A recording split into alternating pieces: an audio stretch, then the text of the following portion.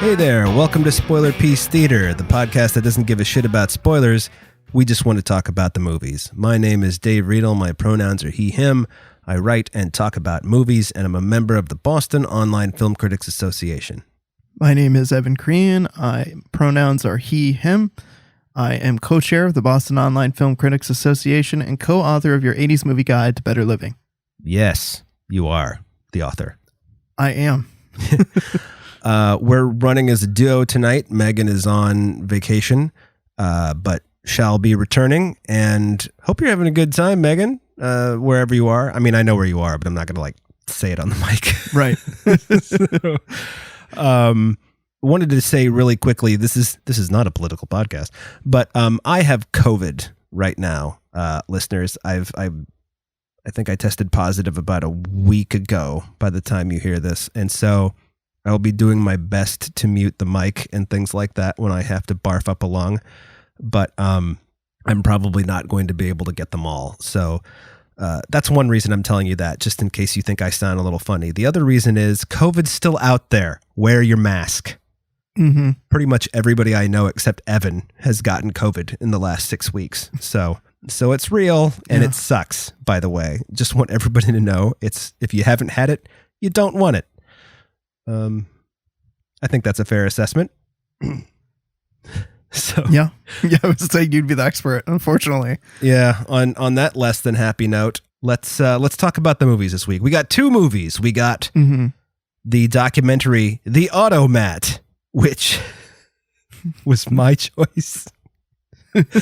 I was interested in seeing it too, by the way. You didn't have to twist my arm on this one. Yeah.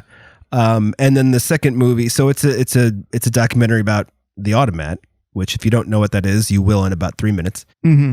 And the second movie we saw is a Norwegian horror film, The Innocents, and that's Innocent S, not like the end of The Innocents, right. Like Don Henley.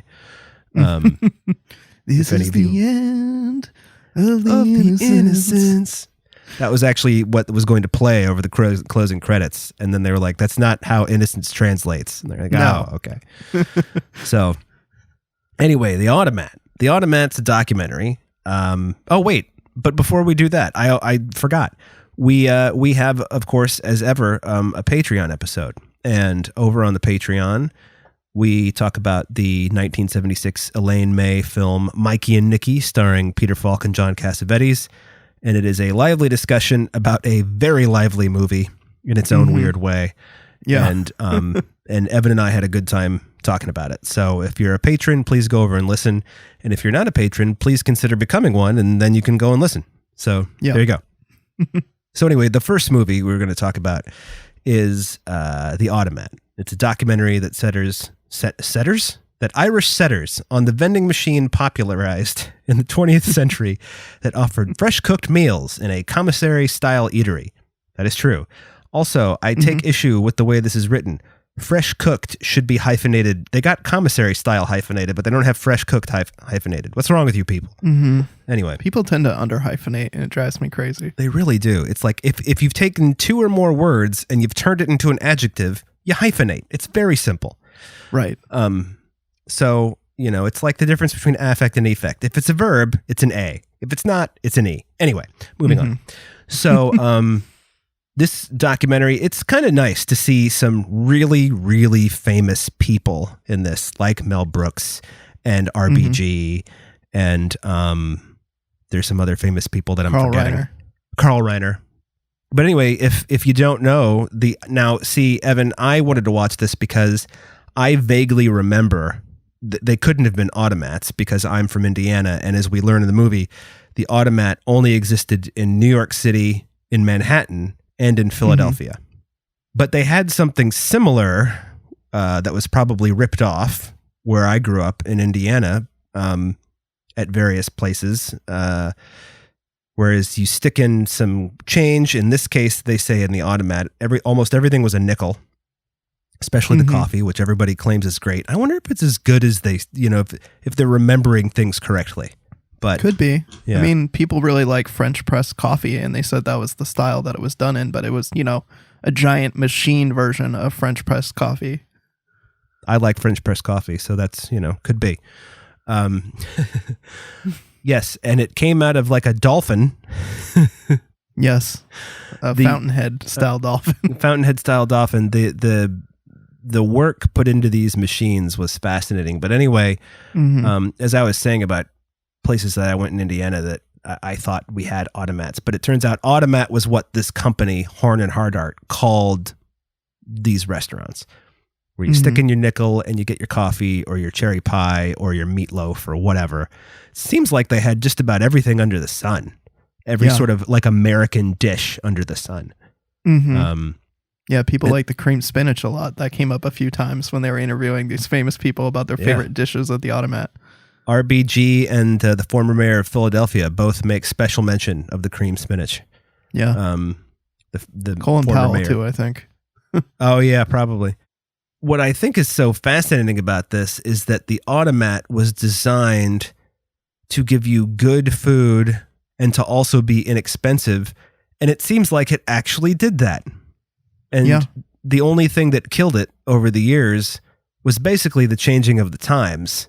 When white people started leaving New York and Philadelphia for the burbs. That seems like when everything, kind of went badly. More women staying home and raising families, so not in the workforce and having lunch and things like that at the Automat. And then a lot of people leaving cities, so there was no dinner crowd. I mean, there are other things to it than that, but basically what I'm saying is it's all white people's fault. Yeah. It definitely seemed like the migration to the suburbs was a big issue. I think trying to keep pace with offering such an affordable product, I think also hurt them. Like, I think at a certain point they had to, increase the price from 5 cents to 10 cents. And that was difficult because people were so used to spending a nickel on these things. I'm trying to think what else they were talking about. I mean, the real estate became very valuable for them. Yeah. They had like a bajillion locations that they're able to sell out to franchises like Burger King or whatever, or use the location, the real estate to franchise. Right. Now, did they own those franchises or did they just lease the space? I can't remember. It wasn't clear to me whether they owned them or leased the space. Yeah. But when I first moved to New York in the 90s, I probably was in a former Automat that had become a Burger King or something like that. Yeah. I mean, I liked hearing the origin story of, them trying to create this affordable, high quality product that served people regardless of class. It was like, you have a nickel, you can get the food. It doesn't matter. And they were talking about how you could go in there. Anybody could go in there. Yeah. And I liked that idea. And this, they created these massive kitchens to cook all of this food fresh, and seeing the behind the scenes footage of that was absolutely fascinating to me. Yeah, I agree. And the whole idea that you would have not fast food, but good food prepared quickly. I don't know. For lack of a better term, homemade or fresh cooked, as it said in the IMDb summary. Like food made all day, every day, shuttled to these restaurants in their fleet of trucks that they owned, all made, I think in New York anyway, it was, I want to say like Midtown West. It was on 9th Avenue in the upper 40s or something. I don't remember exactly. But, I mean, how cool is that to got this, think about, like, you could go into a nice restaurant and stick a nickel or two in the slot and have meatloaf. That would be fucking amazing. In case you can't tell, I like meatloaf. And yeah, me too. Yeah. And they always have cherry pie. So fucking rock and roll. And French press coffee. I'm in. I mean, you have all of the things I want under one roof. And to your point, Evan, about how it was sort of a place where anybody could come regardless of their economic status or their race for that matter. Several people in the documentary make the point that even though this is the North, New York and Philadelphia, still segregation, except at the Automat. Anybody could go to the Automat and it was totally cool Now, I'm sure you had your occasional outlier, but everybody did seem to agree that the Automat was like a nice, safe, wholesome, clean place you could go and eat good food inexpensively. Yeah. They really welcomed anybody there, and I think that was part of their downfall, which was really sad to hear, that they, would let people who were homeless stay there and like keep warm, and they didn't kick people out. And so then they got this perception that they were like dirty and gross, and like, there were people who recounted stories about, somebody, exposed themselves to me in this situation. And so people stopped wanting to go there because they felt like it had this kind of like dirty, gross, untouchable image. And that made me really sad, because it's like ultimately they were trying to do a good thing. Yeah. And help people keep warm and feed them inexpensively. And then other people turned up their nose at that and said, oh, well, that's gross. Like, I don't want to go there anymore. Yeah. Well, one of the points that they make, aside from, people moving to the suburbs, is that I think that they actually didn't really talk about this, but it would have been interesting. A lot of the people who were Automat patrons were either children of immigrants, or they'd come up through the Depression. So to walk into a place and be able to get, a cup of coffee, a piece of pie, and let's just go with meatloaf for 15 or 20 cents, that's fucking amazing, But then as you have the first wave of teenagers, the baby boomers who have disposable income, of course they didn't want to go to the Automat the same way their parents did. Boomers ruin everything is what I'm trying to say. But I mean, that also coincided with people moving to the suburbs and younger people wanting to have service as opposed to self-service. I like a good cafeteria, by the way. I don't give a shit. So, yeah, I wouldn't be upset about going somewhere where I put a nickel in a machine and get the food and can just sit there and enjoy the food. I know. And if you've got like two friends who are like, no, this place is great, then of course you trust them because it's, second source. So, where I was growing up in Fort Wayne, Indiana, there was the MCL cafeteria. There you go. Great fried chicken. So amazing. Just thought I'd mention I'm that. getting hungry. Yeah, I think I know. I'd be getting hungry. I had a nice big burger for dinner, and now I feel like you mentioned fried chicken and meatloaf. Yeah. I'm actually kind of surprised that this is circling back around to the COVID, everybody. I haven't really wanted to eat for the past week, which is just imagine the worst cold or flu you ever had that never goes away. That's what it's been like so far. Yeah. Because, you have a sore throat for a couple, 3 days when you have a cold or the flu, right? Not this illness. Perpetual. So anyway, we're talking about the Automat. We're not talking about COVID Peace Theater. So no, but it is relevant. It is relevant. Yeah. I don't want to bring everybody down though. Especially if you're already suffering from COVID yourselves. Anyway, so this is, it's kind of a slight documentary in a way because it's not the deepest. It's more of a reminiscence kind of thing with the history woven in. And also it's short. It's 78 minutes long, which is part of the reason I wanted to watch it, by the way. He loves long movies where nothing happens, but he also likes a good short movie. I do indeed. So anyway, that was the Automat. And I would say, I would recommend the Automat. If you've got an hour and 18 minutes to spend on, and you will learn about something that is a wholly American institute. Well, it's actually not wholly American because they got the idea from Europe. From Europe, yeah. But in American, they kind of made it their own. Yeah, that's true. But from an American institution that's dead. So. Yeah, and they said it was probably one of the, if not the biggest restaurant chain because of they just had them everywhere in New York and Philadelphia, which are large cities. So yeah, I mean, I think that they said that the trucks, was it 20,000 miles a week that they put on? In the trucks did 20,000 miles of driving a week between the entire fleet, going from like the warehouse or whatever you call the commissary to the different restaurants. Yeah, they had some really cool stats. I mean, there was a part where they were rattling off, how many millions of burgers and things like that they sold in a given time span. And it was just staggering that anyone had that kind of size of operation, including they were saying later, at one point during World War II, they were feeding the troops from Automat food, Horn and Harder, as they were called, and more so in Philadelphia than in New York. They were like the Automat in New York and Horn and Hardart in Philadelphia.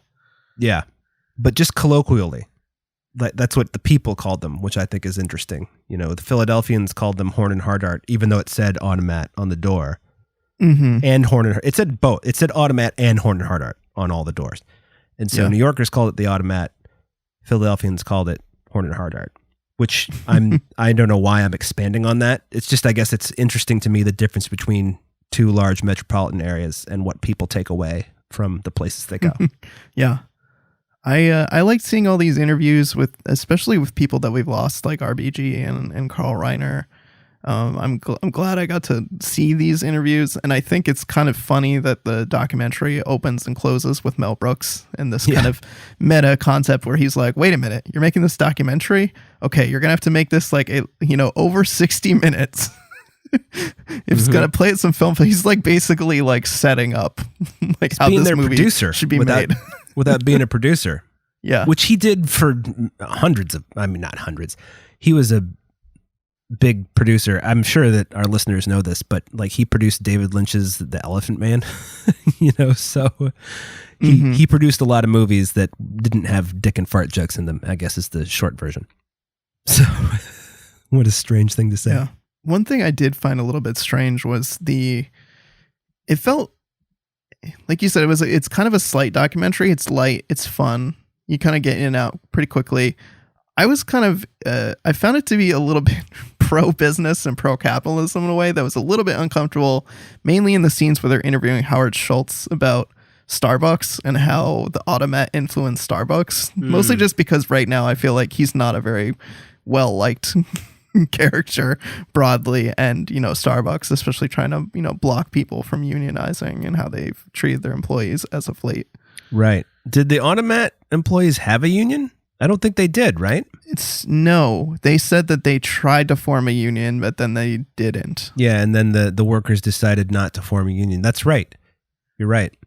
Yeah, even though, very pro-business to your point, even though they make a whole point of talking about how shitty it was for the new executives to come in who had no connection to this family business, who just started making business decisions as opposed to decisions that also were with the tone of a family-run business. Right. And one guy even says, he's like, that's progress. That's how it goes. I don't apologize for that. It's like, well, I mean, I see where you're coming from. Doesn't have to be, but you're still kind of a dick. So right. Yeah. It makes me think of a lot of people are talking lately about the Arizona iced tea and how it still costs 99 cents. And it's like the guy who owns it's a billionaire. So what the fuck does he care? He's not going to raise the prices. Like he can do whatever he wants with it. And people are like, hell yeah, Arizona iced tea. Arizona iced tea only costs 99 cents still? Yep. Had 99 cents. I don't think I've had an Arizona iced tea since 1999. So still occasionally we'll get a raspberry Snapple, but it's not 99 cents. So no. That is, if you're in the Boston area, that's playing at the Coolidge Corner Theater starting today. If you're not in the Boston area, check your local listings. Yes, because we're not sure how widely it's going to be released. Yeah, true. I'm sure it's probably going to be one of those documentaries that'll play in some large places, and then you'll see it on, Hulu or wherever. Anyway, second and final film of the night, The Innocents, Innocents. I know that the way I speak makes it sounds like it might be The Innocents, NCE, but it's not. And this is a Norwegian film. Here's your 2-sentence IMDb summary. During the bright Nordic summer, a group of children reveal their dark and mysterious powers when the adults aren't looking. In this original and gripping supernatural thriller, original in the sense that, Stephen King didn't write it in the mid-'80s, I guess. Playtime takes a dangerous turn. That is all true. Yep. This is written and directed by, would you say Eskil Vogt? Is that how this is pronounced? I think that's how you pronounce his name. I mean, it seems pretty straightforward to look at it, but I don't know. I don't speak Norwegian. Yeah. And Eskil Vogt also wrote or co-wrote, I don't remember, The Worst Person in the World, which is one of my favorite movies from last year. Yeah. What's the little girl's name? Ida? Yeah. Yeah, Ida and her older sister Anna, who I guess they say specifically that she's on the autism spectrum. And pretty, a more, I don't want to use the word severe. I don't know how you describe these things, but she's nonverbal. I think nonverbal is probably the best way to describe it. She's nonverbal. And they meet these other kids in this apartment complex in this very European, Northern European fucking sterile apartment complex. And it's, surrounded by woods. It feels like it's kind of its own city in a way. Yeah. Yeah. Yeah. It has its own lake or pond. I'm not really sure. And everything. I mean, you don't ever see the grocery store, but you get the feeling that there's one very close by. So, and so this is basically a Stephen King story. Am I being unfair? I don't know. And the reason I say Stephen King story is because the autistic kid has magic powers, So all the kids do. They do, the story. But I feel like the one with the most significant powers is the one that Stephen King would have written a novel about in 1986. Am I wrong? I don't know. The whole time. I don't know. I like Stephen King, but I also have not read his work extensively. I mean, I know he likes a good story about supernatural children. So, I mean, right there, I think you're onto something. But I think Crump wrote this somewhere. I don't remember whether he wrote this in review or on Letterboxd. But this is Andy Crump. It's Andy Crump, friend of the show. That it seems like Eskelvoet had this great idea for how a movie ended, and then wasn't quite sure how to have it begin. And I feel like that might be. I feel like that's a good read. It takes this movie's about 2 hours long, just shy of 2 hours. And it takes a very long time to establish what is clearly coming, right. Evil children, basically. Yeah. Or it turns out one really evil kid. One really evil child, two good children, and one who's, would we call her neutral good? I don't know. You're talking about Ida? I'm talking about Ida. I guess so. I feel like she becomes neutral good because at first she's an asshole too. She's like Benjamin, the lead villain of this movie. She's really mean to her sister and does kind of fucked up mean shit until she meets Ben, and then she's like, "Well, this is just a kind of fucked up that I don't want to hang out with." And part of the whole purpose of all this death and destruction that these kids commit, which is actually not nearly as much as I'm making it sound like, but is to still a good amount, is to make Ida sort of realize, oh, I don't have it so bad, because I think, Ida's 9 and a lot of her resentment comes from, one, the family has just picked up and moved to this new town where she doesn't know anybody in the summer, and moving in the summer is hard for any kid, I think, because you don't know where the other kids are. And in Europe, if you're like in Norway, if it's like all of Europe, people are gone all summer or for a good part of it. So she's resentful because of the move. She's resentful because her parents spend so much time looking after Anna, her older sister. And so she's, and that resentment feels earned, in a movie sense. I think 9-year-olds probably don't, she understands that Anna needs special care, but she doesn't like it because it takes away, so much of her interaction with her in particular, her mother. But anyway, Ida goes and she finds this kid, Benjamin, who is, he's a world-class piece of shit, but I do want... He's a sick fuck. Yes. They make pains, and this is also kind of weird because he's the only person of color in the movie, or he's the only... No. Oh no, I'm sorry. What's the little girl's name? The little girl. Aisha, right. I'm sorry. Yeah. But Ben it's just kind of like, it seems sort of convenient that the dark-skinned kid would be the bad guy, I guess. I don't know. It seemed a little unpalatable to me, is what I'm trying to say. A little unfair, but he is neglected, basically. When you see, he kills this. Well, first of all, they drop a cat down, 8 stories to see if it'll land on its feet. Yeah. Content warning. And if people can't deal with animal death, do not see this movie. Oh my God. Dude. I mean, that's not even the worst of it. The cat breaks its back leg and is in a bad way. And then it gets worse. And this is the one part of the beginning of the movie where I had hope, because Ben is going to, I will use the phrase, put this cat out of its misery, but that's not why kills it. He kills it because he wants to, Yeah. And Ida, to her credit, is like, don't. And when he does it, she's like, fuck this. And she just goes. And then you can tell that really upsets her. And she still hangs out with Ben, though. She stays away from Ben for a couple days, but then hangs out with him because she doesn't really have anyone else to hang out with. And Anna meets Aisha. And it turns out Aisha can understand. She can read Anna's thoughts. Is that how it works? I don't know exactly. Yeah, she seems to be psychically linked to all of them, right? In ways that she can hear other people's thoughts, but specifically, she can hear Anna's thoughts, and so she can not only communicate what Anna is thinking and feeling, but she can also essentially use Anna as a vessel to speak.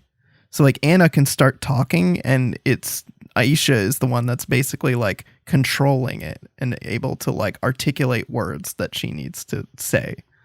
Yeah. But Ben has powers too. They all have powers, it seems, individually. And then when the 4 of them are together, they manifest greatly, particularly in Ben and let's say Aisha / Anna.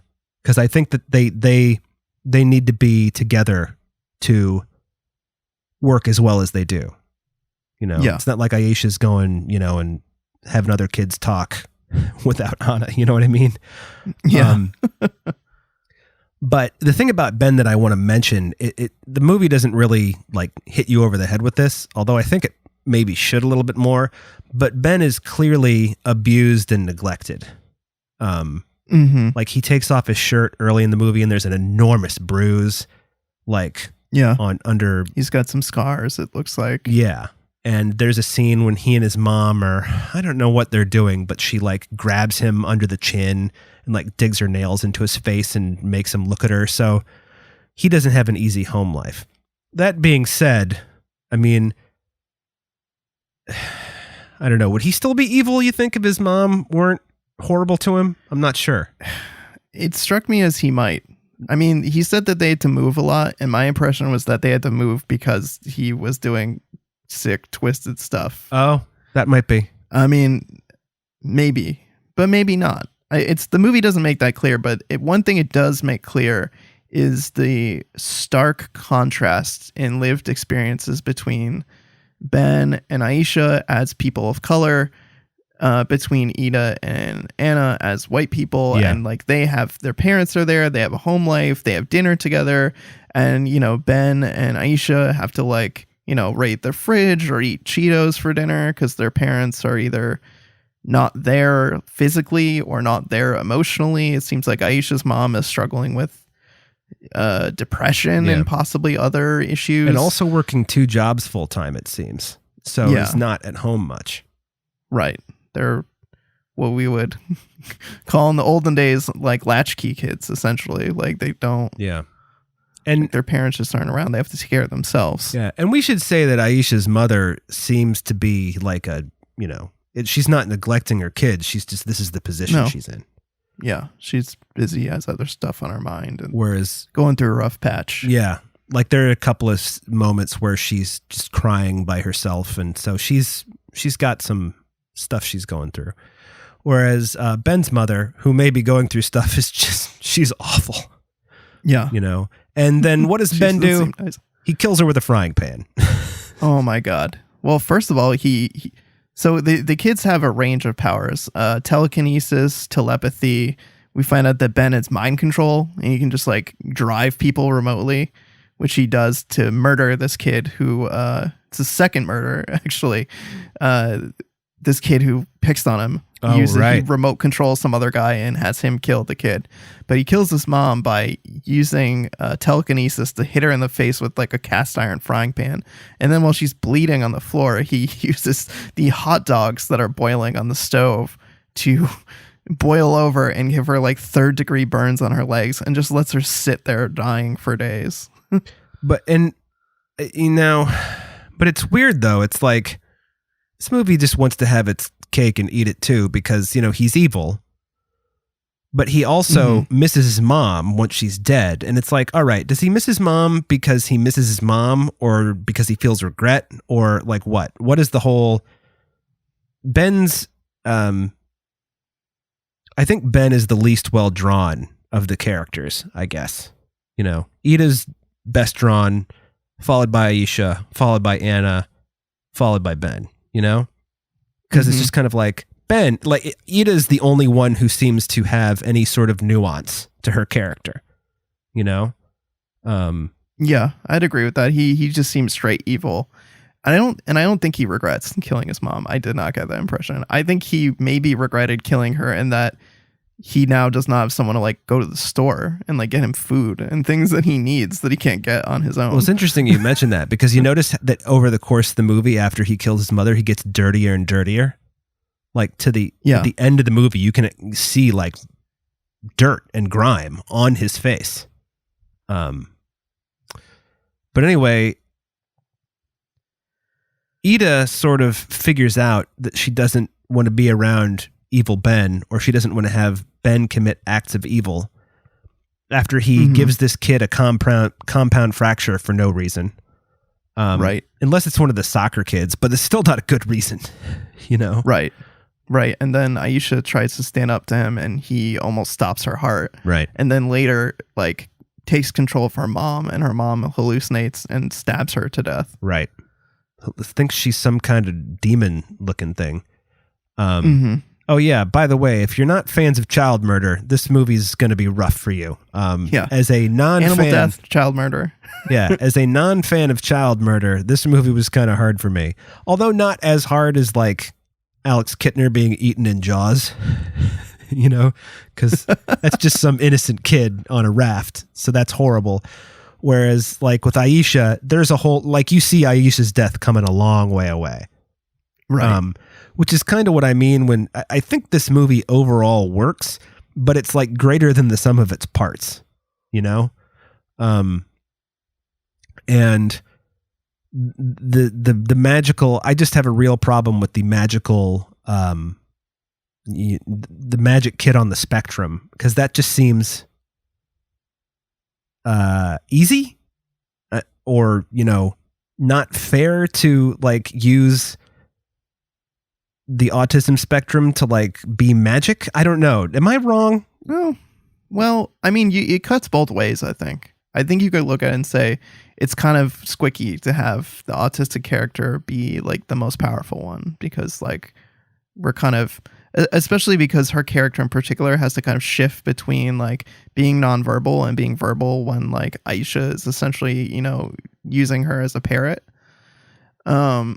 But at the same time, I mean, there are some people who kind of posit that autism and like the changing of people's like their wiring in their brains and like how they work as a kind of form of human evolution. So like on the other hand, you could say, okay, well, it's kind of cool. It's kind of badass that, the autistic character is the most powerful here, because a lot of people look at autism strictly as like a disability and a problem, and fail to recognize the ways that the autistic mind can do all kinds of things that a neurotypical person cannot, even though they struggle with other, broadly struggle with things that neurotypical people can do, easily. This reminds me of her parents, though, do that thing. So Anna does not look people in the eye, which is a movie trope among people on the spectrum.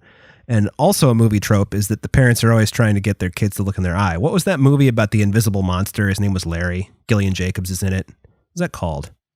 Oh, yeah. Crap. I can't remember the name of it. It was like Lights Out or something. Yeah, something like that. And the main character in that one was on the spectrum, and he was nonverbal. And the entire movie, Gillian Jacobs is like, he won't look me in the eye. It's like, well, okay. And then he finally does. And then, that's the big fucking win in that movie. And in this, the parents are like similar. They're like, oh, she looked at me. And it's like, can we stop doing this, please? You're just making me uncomfortable. I don't know if that's a commentary. That's the name of that movie. What's that? Come Play. Come Play. Right. I think it is an autistic thing, though. I mean, not, obviously you can't apply it across the board, but I think it is an issue. I'm not saying that the looking in the eyes is not real. What I'm saying is using it for dramatic purposes. Yeah. Gotcha. It just seems played out and not nice. I don't know. Maybe I'm reading too much into this, but anyway, so as we mentioned, Ben does eventually kill Aisha via her mother through he calls it fetching. I can fetch people. Yeah. Ida tries to kill him by pushing him off a footbridge. And Ida's smart because she's she buys like one of those like styrofoam airplanes, and she's like, let's fly it over the highway because like it'll get good wind. And he's like, yeah. And she's standing and she scoped it out. She actually went there the day before and looked at the traffic pattern to see like where the good place would be to push him off. And I was like, man, they're taking a lot of care with this. Obviously, it's not going to go right, which it doesn't. Right. It does not. He doesn't go to the correct place. She's like, no, it's better over here. And he's like, nah. And he just like stands up and she pushes him off the bridge right as some woman witnesses it, which by the way, never really comes back to her. The fact that it's mentioned that some woman thought she, quote unquote, thought she saw a girl that looked like her. Yeah. But I think they were just like, it's a kid. Yeah. She got hit by a car. Stuff happens. 9-year-old blonde kid from Norway. There's probably a lot of them. So anyway,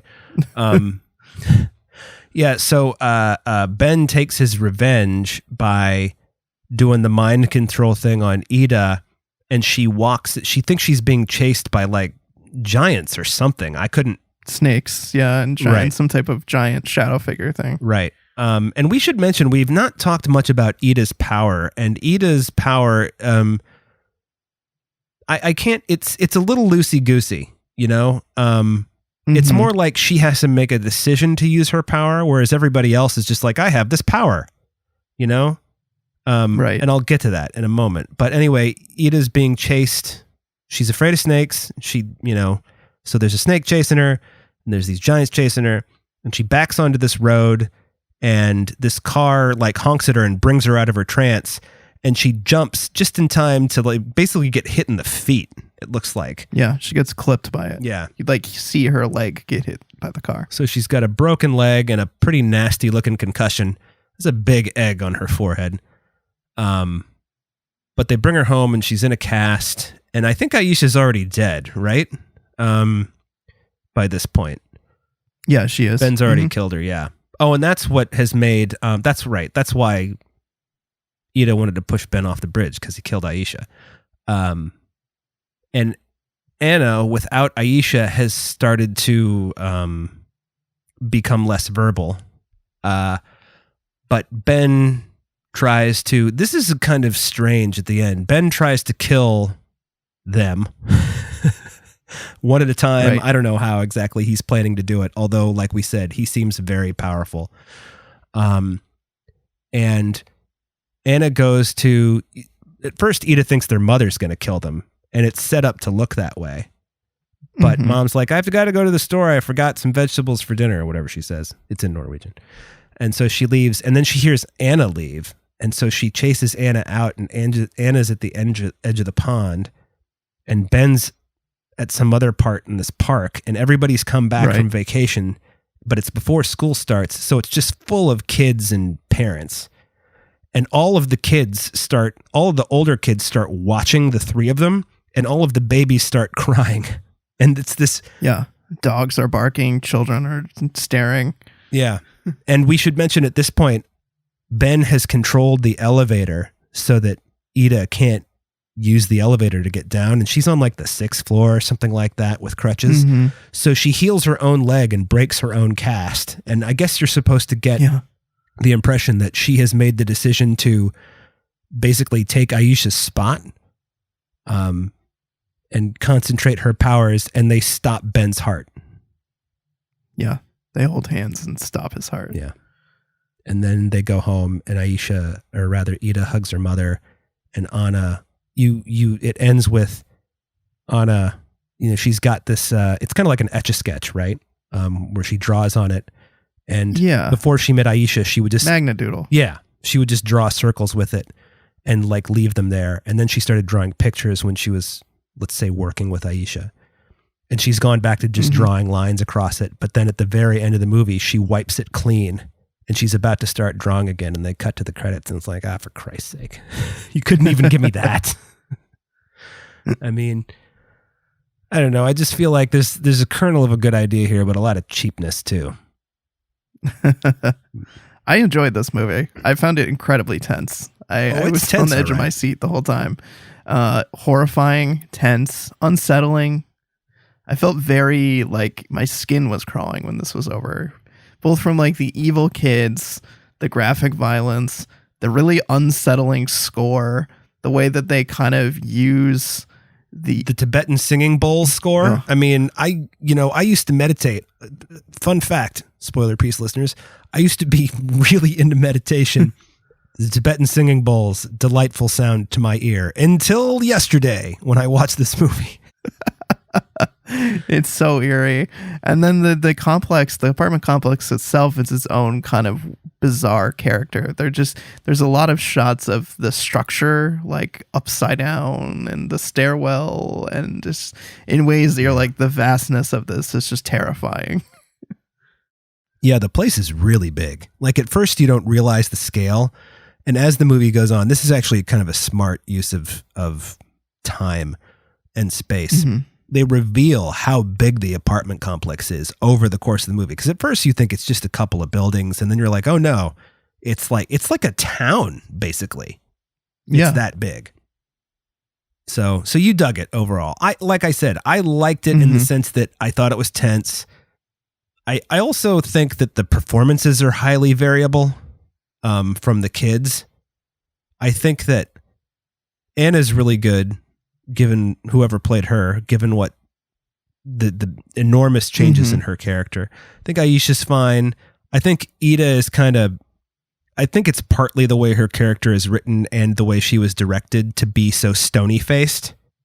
Yeah. But so I don't want to blame that on the kid so much. It's like her first movie. She's 9 years old. She speaks Norwegian. What's she going to do? Sorry, that's a terrible joke. But I think Ben's performance is kind of shitty. I just think he wasn't very good.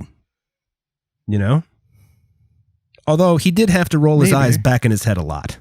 So that's true. He did. Maybe that had something to do with it. Also, like you said, his character is probably the least well drawn. So I think that also is a strike against his character. That it's just, I don't know if it's maybe could have been better directed in terms of performance, or it could have been written, or some combination of the two. But yeah, he feels kind of stone-faced in a lot of places. But I don't know if that's also him being just like an evil sociopath type character.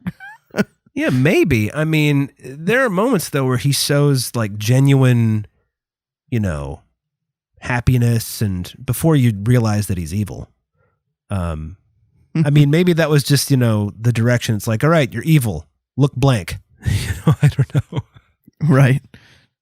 Yeah. Lots of uncomfortable shots of kids standing very far away from each other, but staring at each other across the distance. Very intensely. It's just standing like stones, staring at each other. Yeah. Yeah.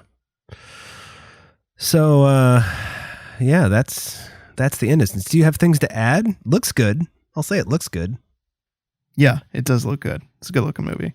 And I don't want to be unfair to the kid who played Ida. I did like her performance. I just can't tell whether it was on purpose or not. Yeah. The effects I think look good too in terms of the powers. The effects look good? Yeah. The stick breaking in half looked amazing when it exploded everywhere. Yeah, when or the branch. Yeah, when Ida's holding out in front of her, and Ben, not totally evil yet, maybe because he thinks Ida's on his team, he's like, hold it farther away from your face. It's like, good thing he said that, because that thing would have fucking broken in her face. Yeah, that looked good. And then the practical effect of when she was in like the trance state or whatever, when Ida was in the trance state, and she had this, I don't know if it was a walking stick or what it was, but she reached down and it was a snake. And I was like, "Ee!" Well, that was just good old practical, let's put a snake there effects. It was good. But it's also convenient that she's afraid of snakes, because, fake snakes probably don't cost much for the property master. But no, probably not. It's not like they had like a Raiders of the Lost Ark room of snakes. So. Asps, very dangerous. You go first. I just saw that again a couple days ago. I don't know why, because I've seen that movie 400,000 times. Anyway, it sounds like you are a bigger fan of this than I was, but I'm not a fan. There's potential there. But maybe I've just had enough of evil kid movies. I don't know. Well, the whole thing kind of felt like Stand By Me, but with like evil magic, because they didn't find a dead body in the woods to poke. Unfortunately, they created dead bodies to poke. Right. So anyway, that's The Innocents. Anything else for you? No, that's it. Alrighty. Well, The Innocents is coming out today in theaters and on demand. And if you are a fan of the evil child subgenre of horror films, I think you'll probably like it. You like an evil murderous child, and you can tolerate some animal death on screen, then this movie's for you. Yeah. Poor cat. Poor Aisha. Jesus. Poor kid with the compound fracture, which is shown in excruciating detail, I might add. Oh, yeah. Quick question about that. Was that kid a part of the bully group, or did he just feel like doing that to see if he could do it? I think he just felt like doing it to see if he could do it. I didn't get the sense there was just the one kid, it seemed like, who was really bullying him. Right. Okay. Well, anyway, that, ladies and gentlemen, is this week's Spoiler Piece Theater. Thanks for joining us. Like I said, the Automat's playing here in Boston. You can check your local listings for it elsewhere. The Innocents is in theaters and on demand. I think we'd both say yay to both. Yeah, for sure. We want to thank our editor, Otto Clammer, for taking the heavy lifting out of our hands each week. Thank you, Otto. Thanks, Otto. You can find Spoiler Piece Theater anywhere you get podcasts. You can find us on our website, spoilerpiece.com. If you want to follow us on social media, we're Spoiler Piece Theater on Facebook, and we're at Spoiler Piece on Twitter, Instagram, and Letterboxd. If you'd like to get in touch with us via the emails, we're spoilerpiece@gmail.com, or you can give us a call at 862-21-PEACE. Leave us a voicemail. Let us know what you thought. Am I being too hard on The Innocents? Maybe I am. I'm not sure. But I've said my piece. I don't need to say anymore. And if you like the show, please rate and review us by going to ratethispodcast.com/spoilerpiece, or you can rate us on Spotify or Apple Podcasts. If you really, really like the show, please consider joining our Patreon. As I mentioned at the top of the episode, this week, Evan and I talk about Elaine May's 1976 film, Mikey and Nicky, starring John Cassavetes and Peter Falk. Good conversation. Mm-hmm. And that, as they say, is that. My name is Dave Riedel. I write about movies and I talk about them too. You can find me on Instagram, Twitter, and Letterboxd as Dave Sees Movies. My name is Evan Crean. I'm co-chair of the Boston Online Film Critics Association and co-author of your 80s Movie Guide to Better Living. You can follow me on Twitter, Instagram, and Letterboxd as Real Recon, and that's real as in film reel. And we will see you next week. Bye.